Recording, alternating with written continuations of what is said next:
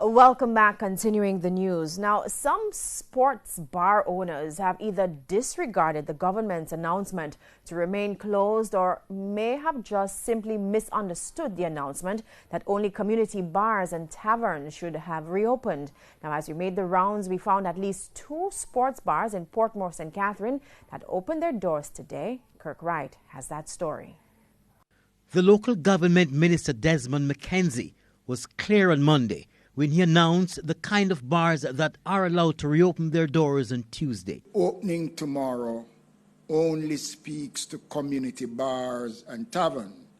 That means sport bars, nightclubs, and other establishments that sells alcohol will remain closed as the order stipulated previously.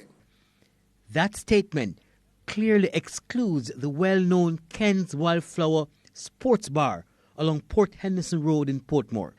Nevertheless, Ken's is one of the 2 sports bars in Portmore we went to that were the first to open today.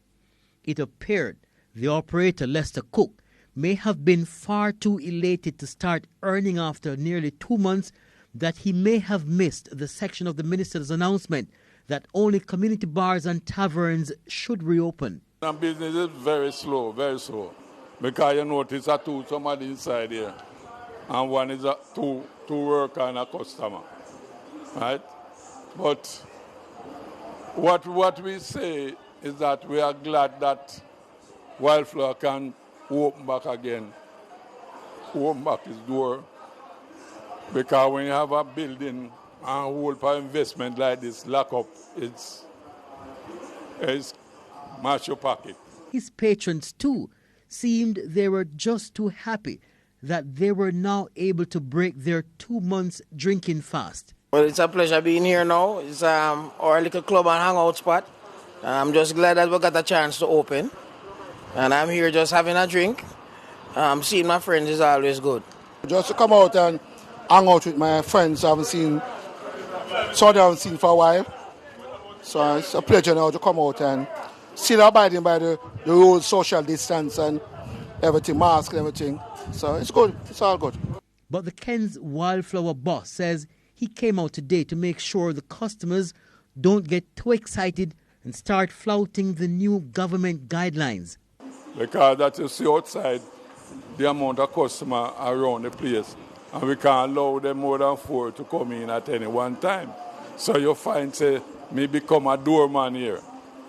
Yes, I mean, and you have to know why I'm here, because a worker could come and do the job. But why I'm here is that I know how to deal with the customer on a whole. The owner of another sports bar in Gregory Park, St. Catherine, who welcomes the reopening of the bars, says things are going to be slow now since the opening hours are outside the times people would usually visit to have drinks. Bar get busy mainly in the evening time, within anywhere 6, 7, go up till 10, 11, 12. So, for it to open this time, it's good to know it open, but it's going to be slow until people try to, get used to it. Who can make it, who can make it, just so until better come.